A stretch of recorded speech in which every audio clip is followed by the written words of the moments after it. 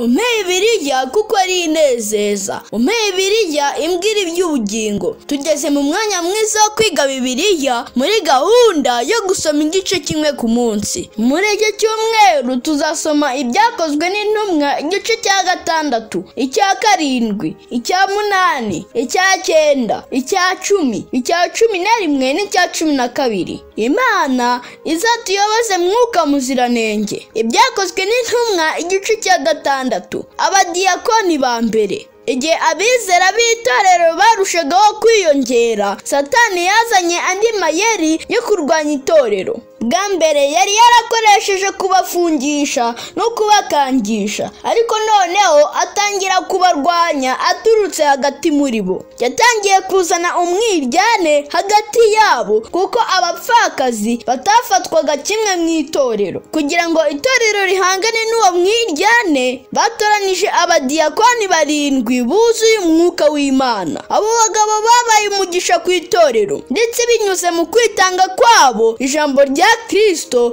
ryarushijeho kwamamara. Imana iha umugisha abadiyakoni bose n'abadiyakonikazi. Umwe muri ba badiyakoni witwaga Sitefano yabaye n'umubwiriza butumwa bwiza. Satani umugome yamutesha abayuda maze bamutoraniriza abagabo b'ibigoryi bazi kubeshya, maze bamushinja ibinyoma imbere y'urukiko. Yesu azabarengana bose. Sitefano mu maso ye hasaga n'ahamarayika. Nawe Imana ijye kwambika ubwiza bwayo. Ibyakozwe n'intumwa igice cya 7. Sitefano aburana. Umutambyi mukuru yahamagaje Sitefano ngo yiragure ibyo bamureze. Kayafa wa undi watumye Pilato abambisha Yesu ni nawe waciriye Sitefano urubanza. Yarazi Yesu kandi yatewe ubwoba n'uburyo itorero ririmo kwiyongeramo abakizwa. Sitefano ubwo yireguraga yasubiye mu mateka yose ya Isirayeli uwo bakomokagaho bose. Ukurikiranye neza wasanga Sitefano atari yitaye ku kwiregura, ahubwo yahisemo kugaragaza amateka yose n'uburyo mu bihe byinshi Imana yagiye ituma abantu ku bwoko bwayo ntibabumvire. Sitefano rero yahamije rwose ko Yesu ari we Kristo watumwe n'Imana, kandi bo mu mahanga yose babonera agakiza mu rukundo rwe. Sitefano yabonye batagonda ijosi kandi batarakebwe ku mutima, biramubabaza cyane. Nyamara bo bihutiye kumusingira maze bamutera amabuye, abasabira ku Mana maze abona gusinzira. Sitefano n'abandi bakiranutsi bose tuzahora mu bwami bwo mu ijuru. Ibyakozwe n'intumwa igice cya 8. Ijambo ry'Imana ryamamara. Nyuma yo kwica Sitefano, Satani yateje itotezwa rikomeye mu bayoboke ba Kristo i Yerusalemu. Umudiyakoni witwaga Filipo yaje guhinduka nawe umubwiriza butumwa nka Sitefano, maze ajya kwamamaza Kristo i Samariya. Abantu baho benshi barizera. Hari umupfumu witwaga Simoni yashatse intumwa za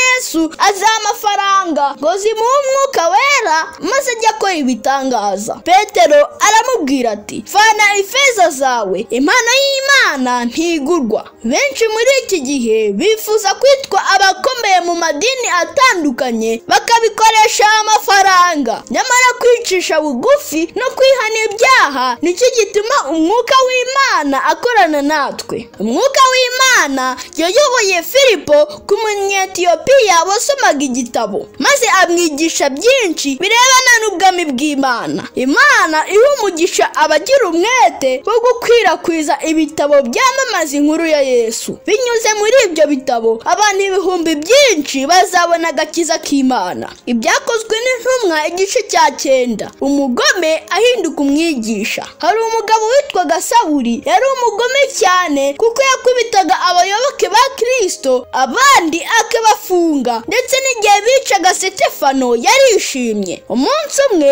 Yesu yaramwiyeretse maze aramuhindura. Ananiya, umuntu wubahaga Imana agakomeza n'amategeko yayo, niwe Imana yohereje kwigisha Sawuli no kumusobanurira inzira y'agakiza. Uhereye ubwo Sawuli yitwa Paulo yatangiye kubwiriza ibya Kristo afite imbaraga, ndetse abayuda bamugisha impaka arabatsinda arabamwaza barumirwa. Imana ntawe bakoresha. Itorero rya Kristo ryakomeje kwamamara cyane no kugwira. I Yopa hari igitangaza cyahabaye. Ni hahandi Yona yigeze gutega ubwato akajya i Tarushishi. Habaga abapfakazi benshi n'imfubyi nyinshi, kandi Doroka yababuriraga imyenda ibihe byose. Igihe cyarageze ararwara maze arapfa. Abakene bose, imfubyi zose ndetse n'abapfakazi bose bahise batabaza ijuru, bamanika imyenda Doroka yabadodeye akiri muzima. Ijuru ryaratabaye kuko ryohereje Petero aramuzura. Imana ihora yiteguye guhagarika amarira y'imfubyi n'abapfakazi n'abatishoboye bose. Uhaye umukene abagurije Uwiteka. Ibyakozwe n'intumwa igice cya 10. Koruneliyo yari umusirikare mukuru wayoboraga ingabo z'abakorerabushake b'Abataliyani. Yubahaga Imana cyane nubwo ari umunyamahanga. Marayika yaramubonekeye maze atuma kuri Petero ubwo yari i Yopa. Ahagana saa 6 Petero yazamutse hejuru ku gisenge cy'inzu kuko bubakaga inzu zigerekeranije. Ajya gusenga. Yari amaze gusonza ategereje ko abagore barimo gutegura amafunguro aboneka. Maze agishonje ararota. Yorose ibisimba by'ubwoko bwose bimuri imbere. Maze Imana imubwira ko bihumanuwe, none ngo nabibage abirye. Yibaza ukuntu yarya ibisimba bihumanye, harimo ingurube, ipusi n'ibindi. Maze amenya ko izo nzozi hari ikindi zishatse gusobanura. Akirimo kwibaza icyo zisobanuye, yumva bavuye kwa Koruneliyo wa munyamahanga wubahaga Uwiteka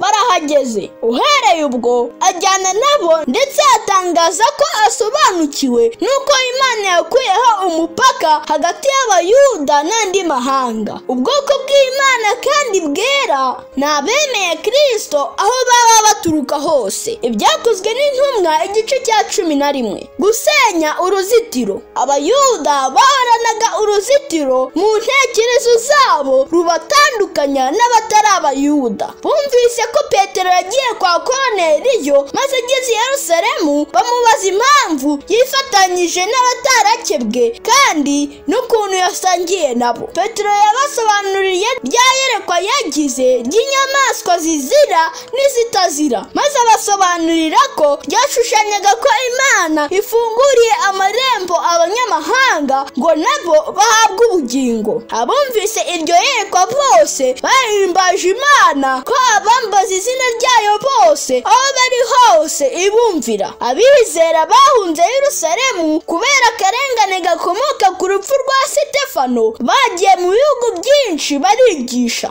Barinaba wari umunyangeso nziza kandi wuzuye umwuka yajyanye na Sawuli mu murimo muri Antiyokiya, maze abantu baho benshi barizera. Ibyakozwe n'intumwa igice cya 12. Gufungurwa kwa Petero. Herode mubi yicishije Yakobo inkota, maze Abayuda barishima, maze ariyongeza mu bugome bwe afata na Petero ngo azamwice Pasika irangiye. Abagome benshi bakora ibyaha bakongeraho ibindi nka Herode. Petero bari kuzamwica nk'ejo, maze abitorero bagira amasengesho menshi bamusabira. Nawe yaraye hagati y'abasirikare kandi aboshywe arisinzirira. Imana kuko izi amakuba yacu ntituzabura gusinzira kuko ariyo mucamanza n'umutabazi wacu. Marayika yaje nijoro amukoraho. Uwo niwe Imana yohereza akadukoraho turi mu menyo y'urupfu. Marayika yaramubwiye ati, ambara inkweto n'umwitero witonze maze unkurikire. Petero yakurikiye Marayika, maze ageze hanze Marayika arigendera na Petero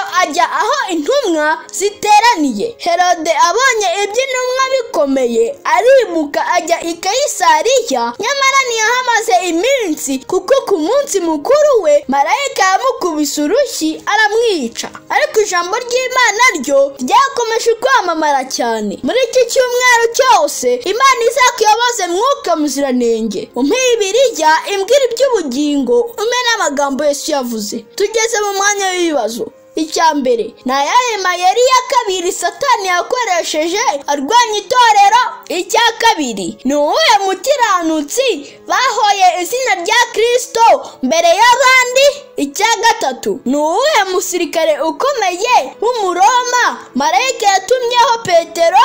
Imana ibaho